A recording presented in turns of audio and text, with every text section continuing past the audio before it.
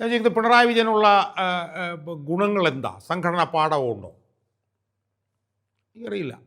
C P എംകാർ പോലും വലിയ സംഘടനാ പാഠമുള്ള ഒരാളാണ് പിണറായി വിജയൻ എന്നൊന്നും പറഞ്ഞ് ഞാൻ കേട്ടിട്ടില്ല. ഇനി ഭരണ മികവുണ്ടോ?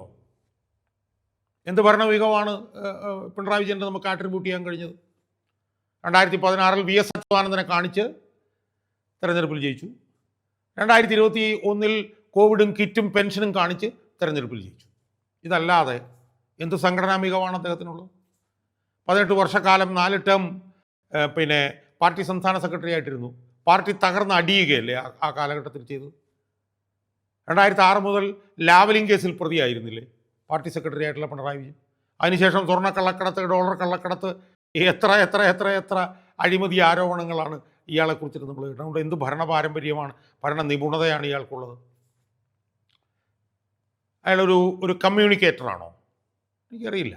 അങ്ങനെയൊന്നും കമ്മ്യൂണിസ്റ്റ് CPM കാർ തന്നെ അയാളെക്കുറിച്ച് പറയും എന്നെനിക്ക് തോന്നുന്നില്ല.